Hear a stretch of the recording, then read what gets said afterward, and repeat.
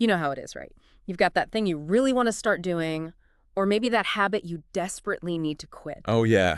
And it just feels like trying to push a massive rock uphill Uh, with a spoon. Totally. We've all been there. That gap between wanting to do it and actually doing it sometimes feels huge. Well, that's exactly what this deep dive is all about today. We're digging into the material you shared on James Clear's mega popular book, Atomic Habits. Right. Think of it as a practical guide, Hmm. a sort of cheat sheet for understanding how our behaviors actually work and, crucially, how to change them. And it's relevant for everyone, really. It doesn't matter what your background is or if you're super technical or not. Exactly. Whether you're trying to, I don't know, nail a presentation, learn a new language, maybe just finally get a decent night's sleep, understanding habits is key. And the principles Clear lays out are surprisingly simple, but really powerful. That's the beauty of it. It's practical. Yeah. It's not about these massive, life-altering overhauls overnight. The whole core idea is right there in the title, Atomic Habits. Tiny changes. Tiny incremental changes that, well, you barely notice them at first, but they compound over time into really significant results. It's a fascinating concept. And Clear's own backstory really grounds it, doesn't it? It really does. He talks about recovering from that horrific baseball injury. Yeah, the one that put him in a medically induced coma.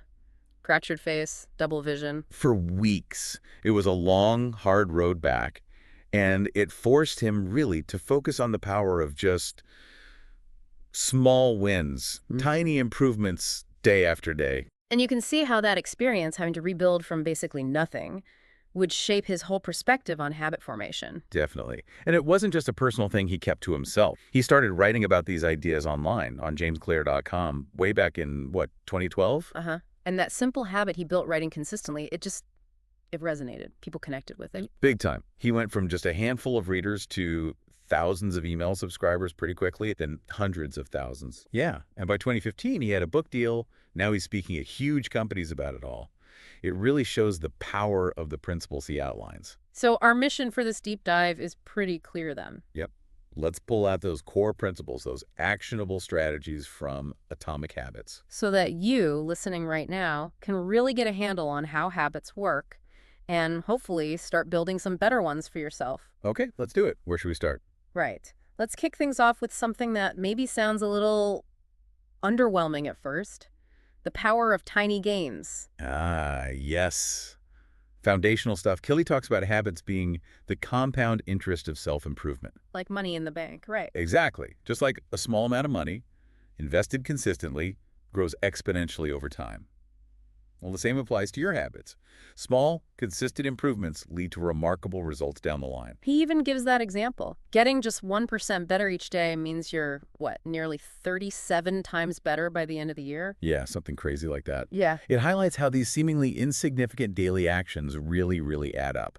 But there's a catch, isn't there? He also talks about the valley of disappointment. Right.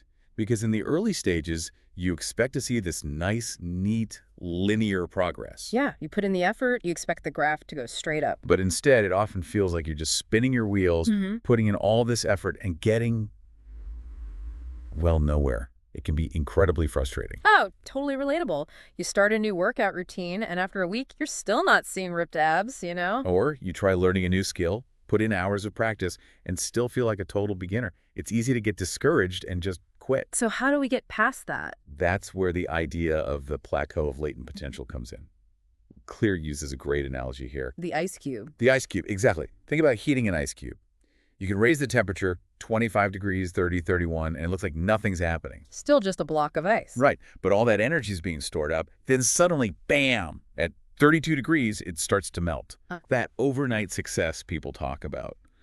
It's often just the visible result of all that accumulated effort that was happening below the surface, unseen. So all the effort you're putting in, even when it feels invisible, it's not wasted. Not at all. It's building potential. It's like geological pressure, maybe? Those tectonic plates grinding away for ages before the big earthquake. Okay, that makes sense. So it's about trusting the process even when results aren't immediate. Precisely. It's a crucial mindset shift. Progress often isn't linear. You need to hang in there through that plateau. Right, so tiny gains compound, even if it takes time to see them.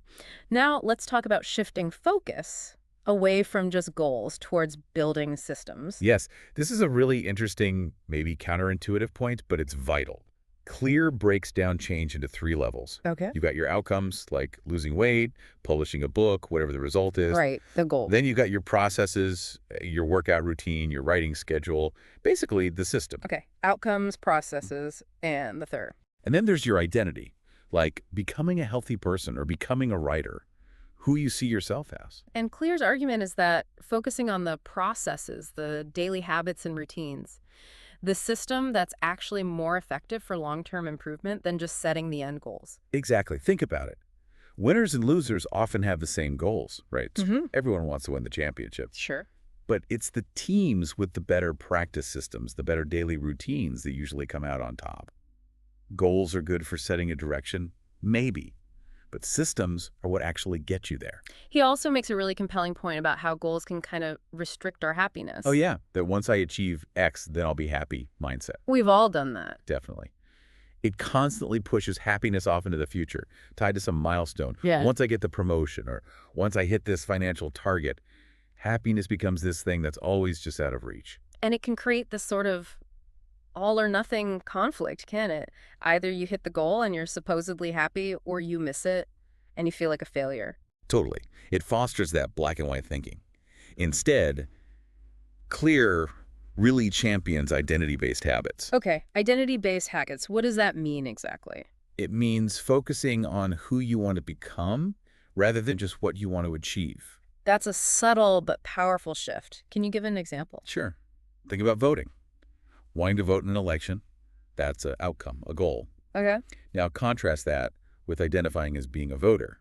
Someone who sees themselves as a voter is much more likely to do the things associated with that identity. Stay informed, register, actually show up on election day. Because the motivation comes from reinforcing their sense of self. Exactly. It's like the person who makes exercise part of their identity. Yeah. They don't have to constantly talk themselves into going to the gym. It's just what a healthy person does. It becomes part of who they are. Precisely. And Clear highlights this as a feedback loop. Your habits shape your identity, and then your identity reinforces those habits. So the real focus should be on becoming that type of person. That's the deeper why behind habits.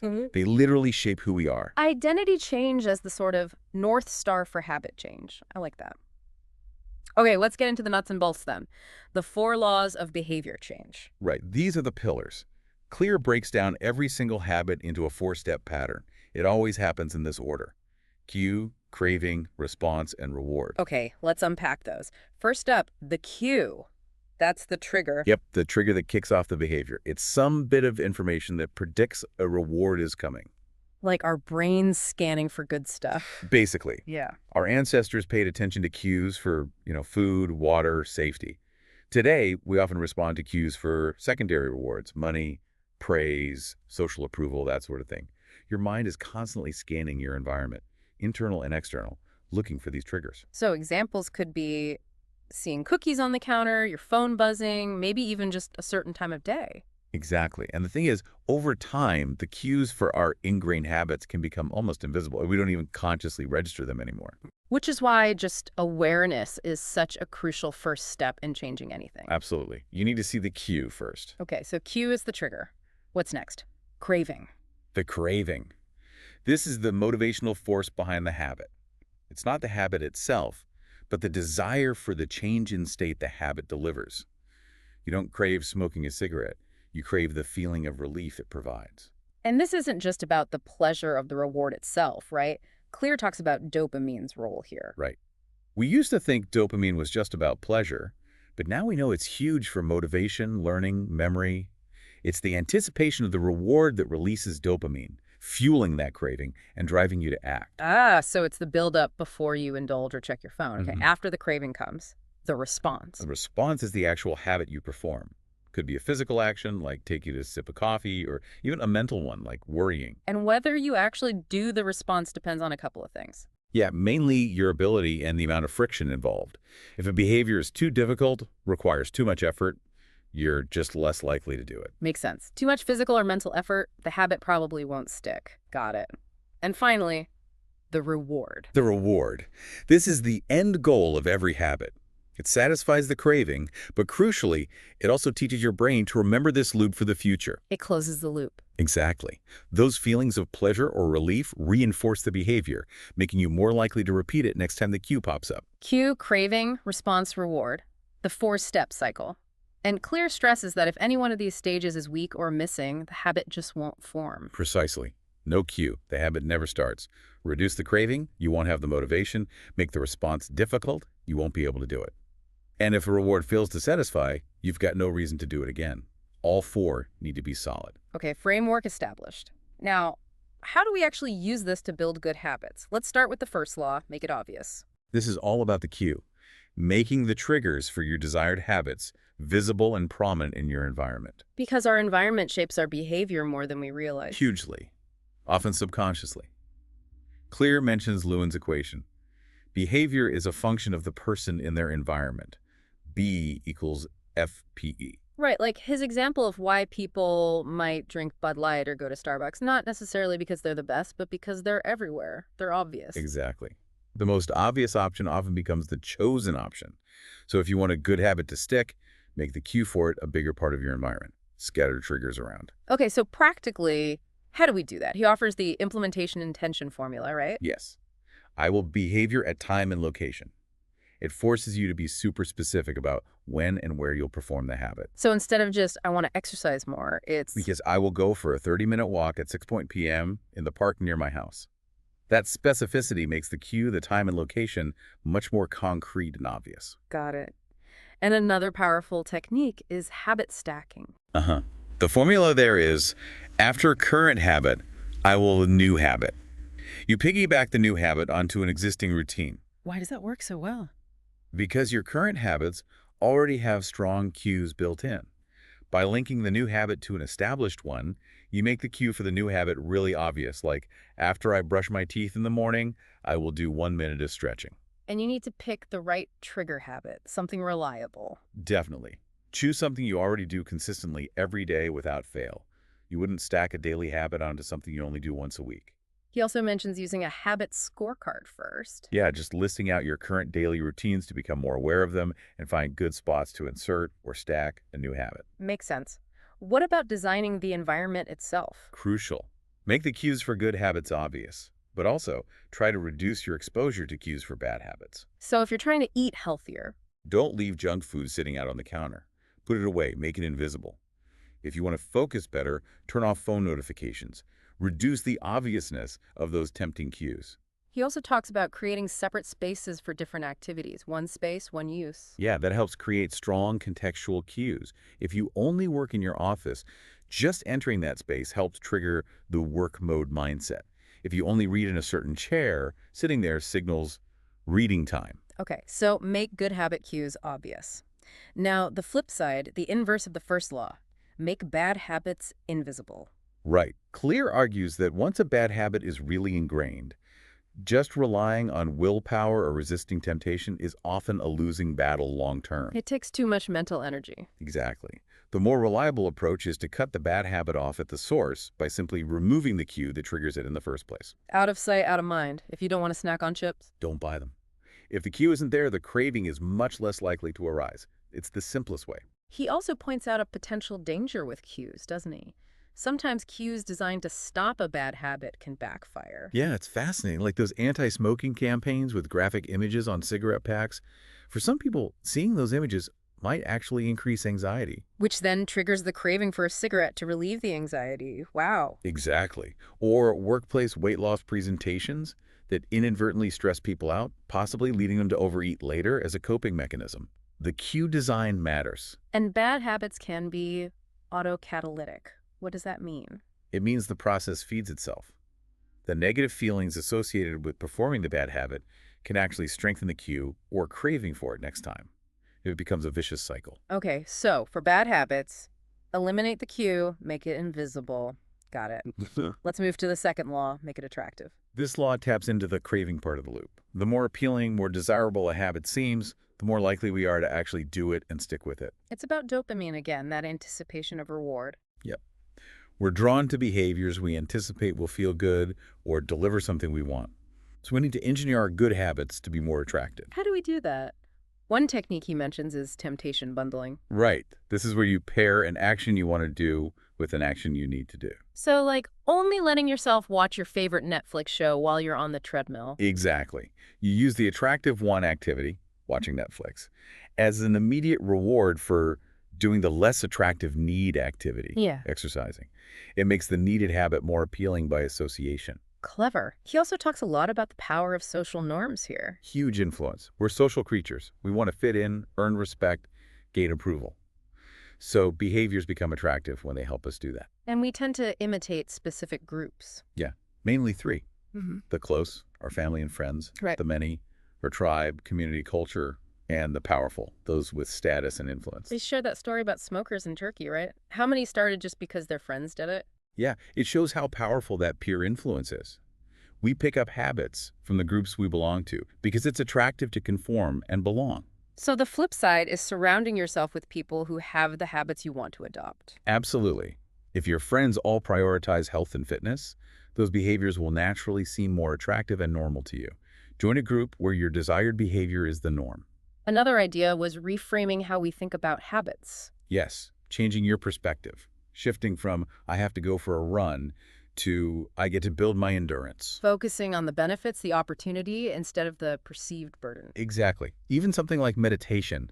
Instead of getting frustrated by distractions, reframe it as I get to practice returning my focus. It makes the whole experience more positive and attractive. Okay, so temptation bundling, social norms, reframing ways to make good habits attractive. Now, the inverse. Make bad habits unattractive. This is about dialing up the perceived downsides of the bad habit. While bad habits often offer immediate pleasure, making the negative consequences feel more immediate or painful can reduce their appeal. How do you do that? One way is to consciously highlight the benefits of avoiding the bad habit. Focus on what you gain by not doing it, saving money, feeling healthier, having more energy. Make the cost of the bad habit feel more real. So, connecting immediate pain or highlighting the benefits of avoidance. Got it. On to the third law. Make it easy. This one feels intuitive, but it's incredibly powerful. It links to the response stage. Clear talks about the law of least effort. We're naturally lazy. Well, efficient. We gravitate towards the option that requires the least amount of work or energy. So the easier you make a good habit, the more likely you are to actually do it. You just have to look at successful businesses, right? Meal delivery, ride sharing, texting. They all succeed by reducing friction. Exactly. They make things convenient. We should apply that same thinking to our own habits. Look for ways to reduce the steps, the effort, the friction involved in doing the good stuff. One key strategy here is priming the environment. Yes, setting things up in advance to make the desired action easier later. Like laying out your workout clothes the night before. Perfect example. Or packing a healthy lunch ahead of time. He mentions Oswald Knuckles and his idea of resetting the room, tidying up immediately after using something so it's ready for the next use. It makes starting easier next time. I like that. Making the good option the path of least resistance. Another big tool here is the 2-minute rule. Yes, this is brilliant for getting started. The rule states, when you start a new habit, it should take less than 2 minutes to do. Less than 2 minutes, that sounds too easy. That's the point. The goal isn't necessarily to achieve the full habit right away, but to master the art of showing up, to make the start of the habit incredibly easy. So read before bed every night becomes... Read one page, or do 30 minutes of yoga becomes get out my yoga mat. You scale it down drastically. Exactly. Anyone can meditate for 1 minute or read one page or put on their running shoes. Once you've started, it's much easier to continue if you feel like it. But the key is just to start. It's a gateway habit. And standardize before you optimize. Nail the showing up part first. Precisely. You can't improve a habit that doesn't exist. Make it easy to start. Okay, make good habits easy. The inverse then. Make bad habits difficult. This is about increasing the friction for the habits you want to break. Make them harder to do. So if you waste too much time on social media, delete the apps from your phone. Or use a website blocker that adds a delay or requires a password. Introduce steps, add friction. He gives that great historical example of the cash register. James Ritty's invention, yeah. It didn't just track sales. It made it physically harder for employees to steal money because every transaction was logged and the drawer made noise. It increased the friction of theft. So add obstacles between you and the bad habit. Use technology to help too. Definitely. Just like you can automate good habits, automatic bill pay, retirement savings deductions. You can use tech to disrupt bad ones. Turn off autoplay on streaming services. Unsubscribe from tempting emails. Use commitment devices. Increase the friction. Got it. Okay, final law, the fourth law. Make it satisfying. This targets the reward stage. We are more likely to repeat a behavior if the experience is satisfying. The problem is... Our brains love immediate gratification. Exactly. But many good habits have delayed rewards. Saving for retirement is satisfying, decades later. Eating healthy pays off long term. It's hard to compete with the immediate pleasure of, say, eating a donut. So we need to find ways to make the good habits feel good right now. Precisely. We need immediate reinforcement. Give yourself a small, immediate reward right after completing the good habit. Like tracking your progress. Does that count? Absolutely. Using a habit tracker, like ticking a box on a calendar or using an app, provides immediate visual proof of your progress. It feels good to see that streak grow. It's satisfying in itself. That don't break the chain method. Yeah, it leverages that desire for satisfaction. Another related idea is never miss twice. If you slip up one day, make sure you get right back on track the next day. It prevents one slip from snowballing. And what about adding satisfaction in other ways? You can add small, healthy treats or rewards that align with your goals. Maybe putting money aside for something fun each time you stick to your budget. The key is that the reward comes immediately after the habit. Okay, immediate reinforcement, tracking, never miss twice. Yeah. That's making good habits satisfying. The inverse. Make bad habits unsatisfying. This is about making the consequences of bad habits immediate and painful rather than distant and abstract. How can we do that? Accountability partners are great for this. Tell someone your goal and have them check in. The potential pain of having to admit you didn't follow through can be a powerful motivator. Or even a habit contract. Yes, a formal agreement, maybe even involving money or some other penalty. That makes the cost of indulging in the bad habit immediate and undesirable. It adds immediate dissatisfaction to the action. Okay, makes sense. So those are the 4 laws. But Clear also mentions some more advanced tactics, right? For when you've got the basics down. Yeah, a few things. One is aligning your habits with your natural talents or inclinations. Playing to your strengths. Kind of. Recognizing that your genes might predispose you to find certain things easier or more enjoyable. It's about finding the habits and areas where the odds are stacked a bit more in your favor.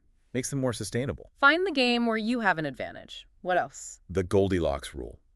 Humans experience peak motivation when we're working on tasks that are right on the edge of our current abilities. Not too hard, not too easy. Exactly. Just challenging enough to hold your interest and make you feel a sense of progress, but not so difficult that you get discouraged. Keep adjusting the difficulty to stay in that zone. He also addresses the inevitable boredom that sets in, even with good habits. Yes. This is crucial. Mastery requires practice, and practice eventually gets repetitive, sometimes boring. The difference between pros and amateurs often comes down to this. Professionals stick to the schedule even when they're bored or don't feel motivated. Amateurs let their mood dictate their actions. You have to learn to embrace the boredom sometimes and just show up anyway. Consistency over intensity, even when it's dull. Right. And finally, he touches on deliberate practice, not just mindless repetition, but constantly reflecting, refining, and looking for ways to improve. That's how you reach true mastery. And that final thought on satisfaction. Oh yeah, satisfaction, liking, wanting. True contentment often comes not from getting more, but from wanting less. Reducing your desires can make you appreciate what you already have more. Wow, lots to unpack there. Okay, so for everyone listening, the key takeaways from this deep dive into atomic habits seem pretty clear. Yeah, fundamentally, small, consistent habits really do compound into remarkable results over time. Don't underestimate the 1%. And the 4 laws make it obvious, make it attractive, make it easy, make it satisfying. Plus, they're inverses for breaking bad habits that give you a really practical toolkit. A framework for understanding why you do what you do and how to change it. So we'd really encourage you listening to maybe reflect on your own habits using these ideas. Yeah, think about the cues for your habits. How could you make the good ones more obvious, more attractive, easier, more satisfying? And maybe just to leave you with a final thought, now that you understand the science of atomic habits, what's maybe just one small change, one tiny 1% improvement you could implement today? Yeah, what's one thing that could set you on a slightly better trajectory? Consider that power of compounding. Where could those tiny gains take you? You might be surprised. And if you want to dive even deeper, James Clear's website, jamesclear.com, is packed with more resources. Definitely worth checking out. Well, thanks for joining us on this deep dive. Thanks for listening.